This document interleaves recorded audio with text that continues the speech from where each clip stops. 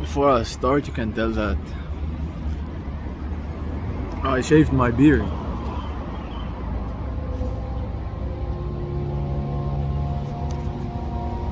I felt like shaving it.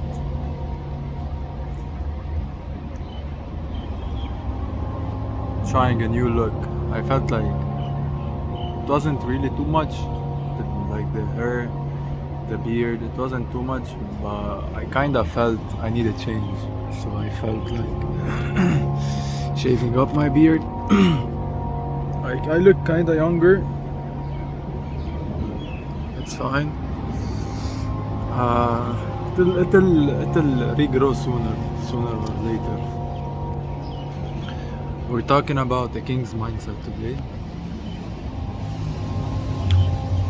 How to lead yourself before you lead others, and how a king handles pressure, chaos, criticism, and all of that. So we talked about self-mastery before.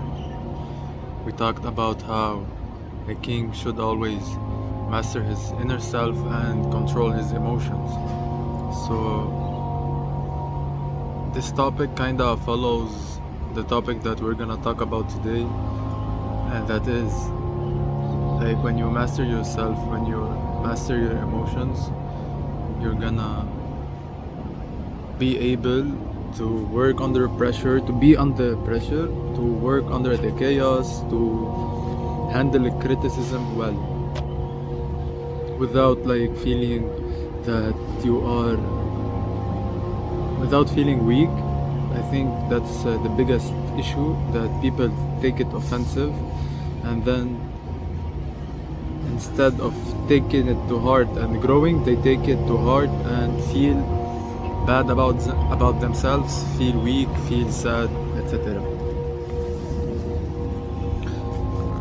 So basically, a true king knows that leading it's not about commanding others.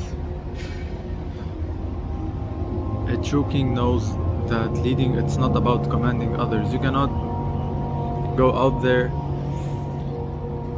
tell others what to do. You can be a good example, you can be a great example, you can maybe do the work in front of them before you're able to command them, and then if they see you and they're like, oh okay, he's doing the right thing, we should do the same, so they're basically gonna follow you anyways. You feel me? Like you cannot go out there, tell people do this, do that. I think you have to be the right example. You have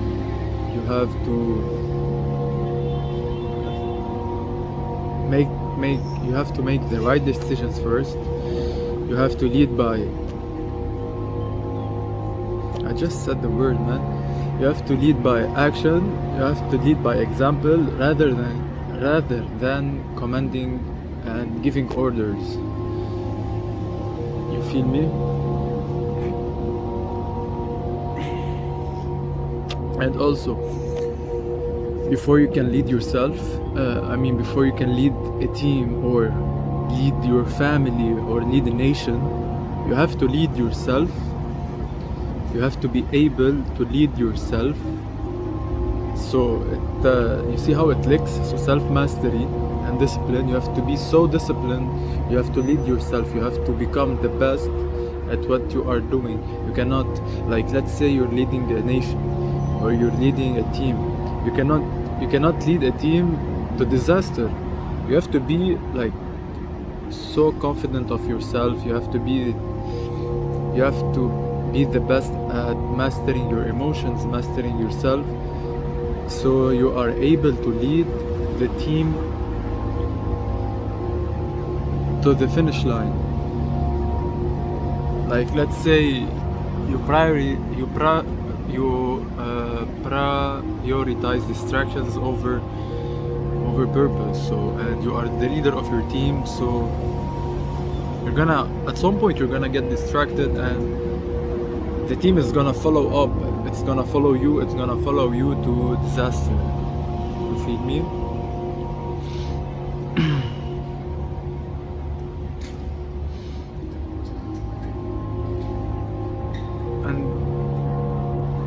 what basically self-leadership means is being rooted to your values, to your purpose. So it all starts within, it all starts with yourself. So you cannot get distracted. You have to prioritize your purpose. And king wakes up with purpose. A king wakes up with a destination in his mind. A king wakes up with, like, you know, sometimes you feel like you wake up and you feel like, oh, what am I gonna do today? You feel like the whole world is against you, the whole world is bad, the whole world is negative. So a king wakes up, of course, with a positive mindset. That's a must. And the kings wake up with a purpose, like, okay, I'm waking up today, I'm gonna crush this task and this goal and this and this and this. He wakes up with motivation, he wakes up with energy, knowing that he's gonna work on his purpose, even though it's hard, but he's happily going through it. You feel me? And also, a king doesn't seek validation. I think we've talked about this in the video before. You don't need validation, you don't need to seek validation. You know yourself.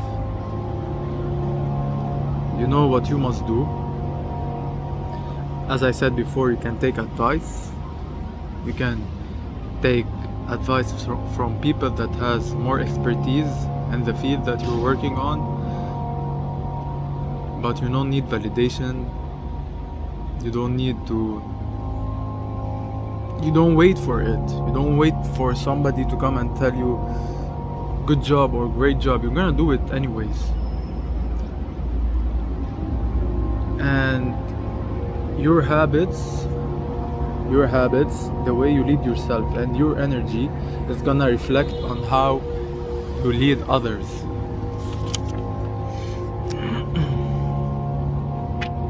So how does a king lead under pressure? First of all, he doesn't get affected even through the storm. You must stay grounded. You must stay focused on your goal, and you pause, you observe, and respond with clarity to the issue in front of you. Or maybe you're having a conversation, instead of reacting, you respond to this conversation, you respond to this message, you respond to this energy by taking a pause with calmness. You don't just react. And a king doesn't really have to pretend that nothing really affects him. You know, we're human after all.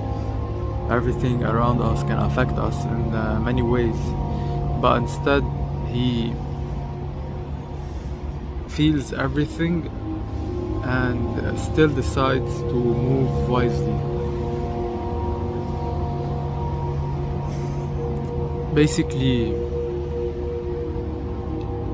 a king handles pressure, chaos, and criticism with grace. I'm actually starting to love working under pressure, under chaos, and I love when people give me criticism, because first of all, it helps me grow, and also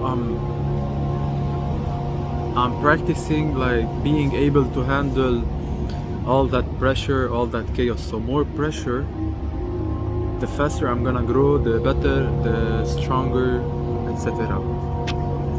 And that was it for today. I'll see you on the next one. I hope you like the videos that I'm doing. If you want me to talk about anything, maybe comment down below, and I'll see you next. Bye.